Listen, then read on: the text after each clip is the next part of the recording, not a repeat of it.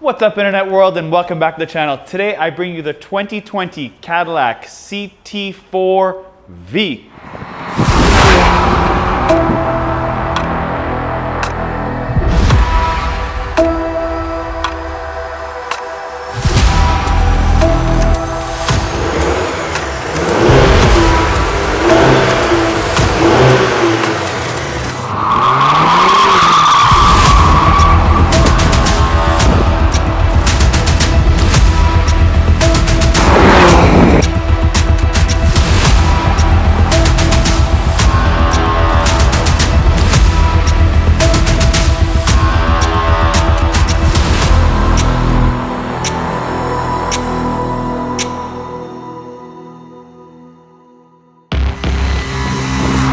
Alright, y'all, I am in the Cadillac CT4-V and we're going to take this thing for a bit of a zip here. This is the rear-wheel drive version.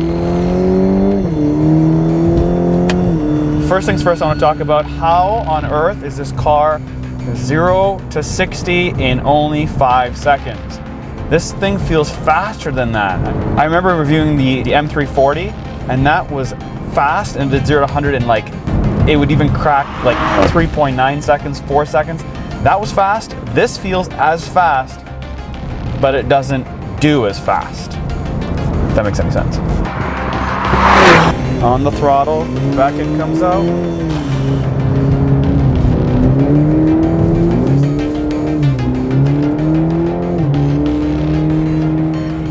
Just a lot of power. I mean, for 381 foot-pounds of torque and 325 horsepower, that 5-second mark has got to be a lie. And the chassis is awesome. It's just so light on its feet. Handles very well. All right, so let's feel at these 19-inch wheels and full limited slip. Foot down. This back end's just trying to whale me back, and it skips, but she's pulling straight. That is fun, guys. That is fun. Another thing I want to comment about is the brakes. These brakes, they don't have any give at first touch. You touch them and they pull hard. They brake hard. It's not a soft feel, and that kind of makes you feel when you first get in it, you first drive it, very reaffirmed that you're in a performance four-door sedan.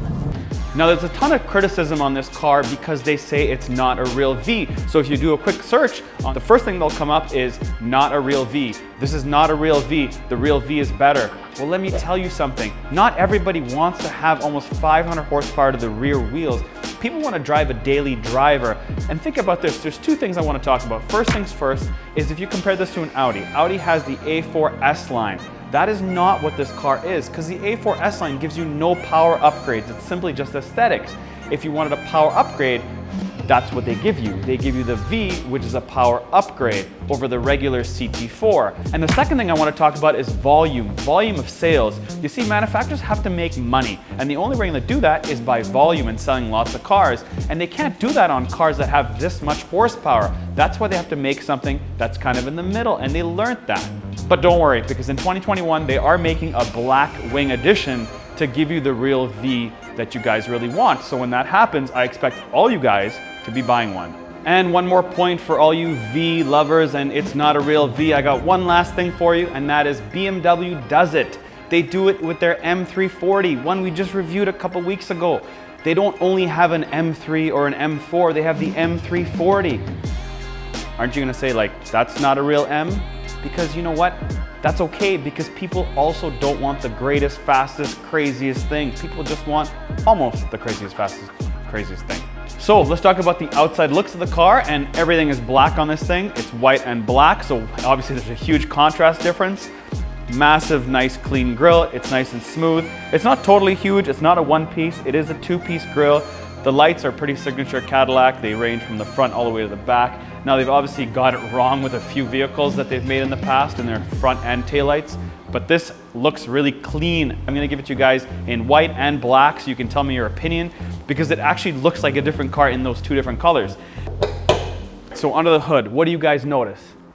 Yeah, what do you guys notice? Well, I notice this brand new merch I'm wearing. What do you guys think? Let me know in the comments below. And this is a truck motor. It gets a lot of heat being a truck motor. Matter of fact, this truck motor makes 325 horsepower, and 381 foot-pounds of torque.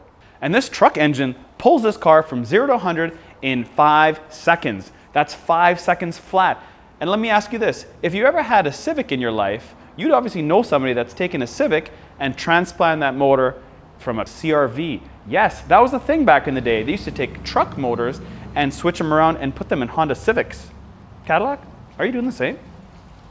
Silverado? So on the topic of this truck motor has an aluminum block and an aluminum head. And to prove to you it's a truck motor, it sits very high, because before I got this car, I did some research on truck motors because that's all I could read online about truck motors. And truck motors sit higher in the engine bay, and take a look. It sits higher in the engine bay.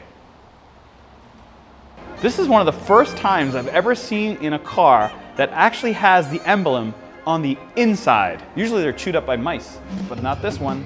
Something I love that brings me back to my youth is these back seats. Kidding, it's the front seats. The front seats actually recline far enough back that you can see them from the back window. I love that. I just love that look. That side profile where the back two seats are actually sticking out the back window makes you feel young again. So on the side of this vehicle, it's got black everything. Black wheels, Brembo brakes are phenomenal. You touch them and they stomp. This thing has the 4th generation magnetic ride, and the magnetic ride's only available in the rear-wheel drive model, because you can get this in the all-wheel drive and the rear-wheel drive version or variants of this car. This car has the world's fastest reacting suspension. As I said, 4th generation, and it's got a 50-50 weight distribution. And if you remember any BMW driver, what would they always do? You walk into a BMW showroom and they say, we're BMW. We've got 50-50 weight distribution. And guess what? We got it too. This thing has V-tuned suspension. Now, V just means this car, but it's specifically tuned suspension. It's also got a full limited slip differential. It doesn't have an electronic limited slip, it's mechanical, because the CT5 has an electronic limited slip differential. This just has a limited slip differential. So on the back of this car, I will say this little area here in white, is just a lot of white going on. This is gonna look a lot better in black. The front, in my opinion, looks awesome in white. This back area, a bit suspect. But this is a pretty typical Cadillac that it winds all the way down from end to end. In the back here, you've got 4 exhausts, and they match out with black. I just find this back is really plain looking. I don't know what you guys think. I like the fact they did hide this camera right in the middle there. It looks like a button, but that's not to pop the trunk. The trunk is right there. Huh. The elephant's there, and he's there because you cannot pop the back seats down from the trunk. There's nothing here to pop the trunk down. I wish they have hangers where you can hang your shopping bags. That does not exist. They actually put the battery in the back, and the battery in the back actually takes part of the trunk space. Yeah, it can be there, but is it there and not here? So it's a bit odd. I just realized something when I opened up this trunk. Take a look at the back of this car with the trunk open. It actually looks 100 times better in my opinion. All right, so I'm jumping in this Cadillac CT4-V, and there's a V on the sill, there's a V on the mat, and there is no V in the seats. And why not? And there's no V on the steering wheel, except for there's a V button that you can customize in the system on how you'd like to drive it. One thing that is strange is that they have a V button on the steering. When you hit it, it just says V, but then you go to mode down here and you can go, and it says Tour, Sport, Track, Snow and Ice. Now, as soon as I go into track, my V goes away and a symbol of a track comes. But you can go into V in the driver systems and change it all to track. So V goes into track, but then once I press V, the track goes away. And the thing that I would have liked to see is as soon as I press the V button, it should just automatically default to like extreme, insane, best thing this car could do mode. But it doesn't do that. It goes to what I've picked in the system. And even when I go take V off, let's take V off, and I'm at 1500 RPM. And if I press V on, I go to 2500 RPM. I feel when I should hit V, I should go to 3000 or 3500 RPM right away and not shift this quick. It should be like, okay, you activated V, let's activate it full out. But I like the fact you can just jump in, take your phone, throw in the wireless charging, pretty easy. Or they actually have another space that you can slide it right in here, which should also be wireless charging, by the way. Double it up, why not? One for his and one for hers. There's 2 people.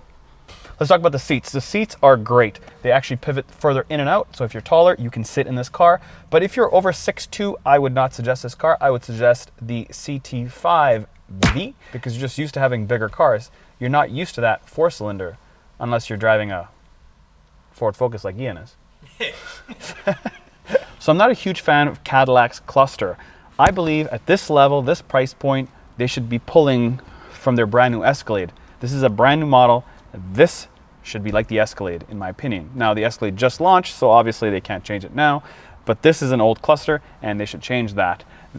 The Germans do this better, in my opinion. I do love the seats. You actually do have a massage feature as well, but again, it's not the full massage, it's just the lumbar that goes back and forth. The steering wheel is great, and the way this car handles is amazing. That all this becomes redundant to me. All I really care about is the sound system, which is both pretty good, and where I can put my phone, pretty good. Now, in terms of backseat room, there's not a ton of leg room. In terms of storage, not a lot of storage, again, because this has wireless charging. The center console is pretty shallow. The passenger's trying to open this thing. There's no way to open it. They'd have to reach over to my side and hit this button. They try to go underneath and put their hand here to try to lift up. It doesn't slide either. Yeah, can be reworked. It does have some door storage. Again, not a ton. They did smarten up though. They actually did put a volume control down here and a volume control up here. So although they're not that far apart, they did think, because when people drive, they're going to be putting their hands here and volume here. Visually, again, not a huge fan. I do like this system, but I'm not a fan of how this is displayed in this car. Again, it's kind of facing upward. In terms of the infotainment, everything's pretty straightforward. Your home screen has the climate, what music you're listening to, the phone, your maps, but you can go in deeper like most systems. This does have 4G hotspot, which is important. Other than that, you can go into the most important thing to me, and that's setting the V button. So to do that, you go into settings, you can scroll down, you can see your system, your Wi-Fi hotspot, your apps, Apple CarPlay and Android Auto, which pretty much most systems do nowadays. So once you have your CarPlay in here, everything else is redundant. But vehicle is the most important. You can click your V mode, and your V mode shows your engine sound, your steering, your suspension, your powertrain, and your brake response. That is all pretty cool. So when you set it there, you simply just hit the button on the steering wheel, and then it sets directly to it.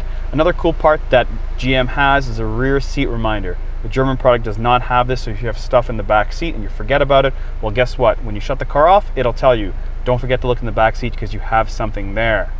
This thing is fully jammed. It does have brake assist, it does have pedestrian, save your life pedestrian, it's got blind spot indicator, it's got rear cross traffic alert. It's pretty much got all the systems you need. This, in my opinion, needs to be refreshed. This is the only thing I don't like about this car, is visually looking at this. But other than that, I'm here to drive the car.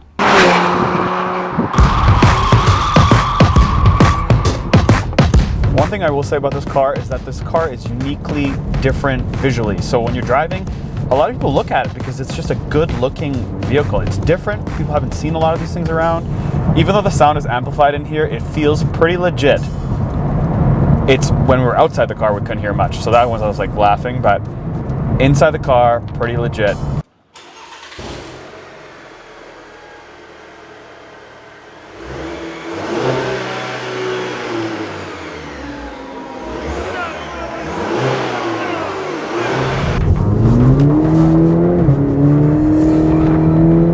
Great job.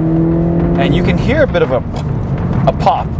Transmission doesn't take it all the way right down to red line. The tranny, it shifts fast, but there's a bit of a delay. It's not a raspy in-your-face transmission. It's the engine that's nice. Paddles are definitely not direct. There is a delay for sure. You can see it creep up. It's not a wham wham wham tranny, but I think it's also because it's rear-wheel drive. Just the amount of boost this thing makes, and it's very quick spooling. It spools up really quick. Now I'm not sure if that has to do with the fact that it has it's got the three different selectable camshaft modes, but yeah, using paddles in this thing I wouldn't say is the best. Take this far. I would normally downshift, but I feel like the transmission in this downshift, just 10 speeds are just way too much for shifting, in my opinion, like this. It's way too much, but this handles really well. The handling is awesome. They did a great job with the handling. Just put a back in a drive mode here. And there's no burbling on downshift, and the burbling on upshift, when it does upshift, is very short. It's not your conventional burbling that you hear nowadays on most performance cars. But anyways, if I'm out of sport mode and I go back into just tour mode, this magnetic ride is awesome. It's just comfortable, easy to feel out.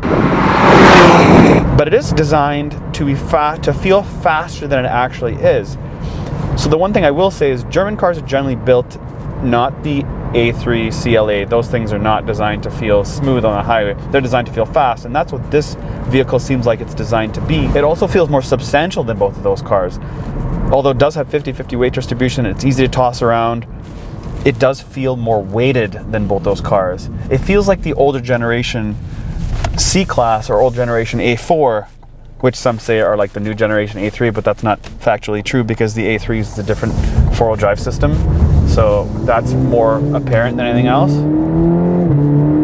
It doesn't go to red line. It shifts at 5,500 RPM, 5,200 RPM, 5,200 RPM. Red line is 6,000. It should go to 6,000. Truck motor? No, I'm kidding. This thing does pull very well, so I will not say that, but it should actually go right to red line. My foot is to the ground. Maybe I'm in tour mode, maybe that's why. All right, let's go to track mode. Sport and track, because V is kind of pointless. V should automatically default to track mode. They should not give me a track mode. Maybe they should, but all Vs should be like the top, you know? I am in track mode. Let's see if I can get this thing to red line to 6,000 RPM. All right, 5,000, 5,700, better. 5,700. Oh, performance shift active. Thank you, thank you. Give me 6,000. Why can't you give me 6,000? All right, come to a, these brakes are awesome. Great brakes. Oh, we're downshifting there. Nice. And foot to the ground again. All right, give me 6,000. 57 again. 57 again. So 5750 is the maximum redline you can achieve in the CT4-V. End of story. Full throttle. Back goes out a little bit. Corrects me. Great pull. This thing pulls nice. What do you think? Pulls nice? All right, so let's test out acceleration in this thing. No launch control, just straight acceleration. And all right, come to a full stop here. Let's do a brake stand a little bit. There we go, and go. Back fries a bit, second hooks, third, 100. It'd be hard to persuade me to buy the all-wheel drive version of this car, knowing that you have this much grip in a rear-wheel drive car. Now they've set up this suspension for this car specifically. Its suspension is tuned for this car. The LSD is tuned for this car. Everything is tuned specifically for this car, that it would really make it difficult for me to buy the all-wheel drive version. I would want the rear-wheel drive version.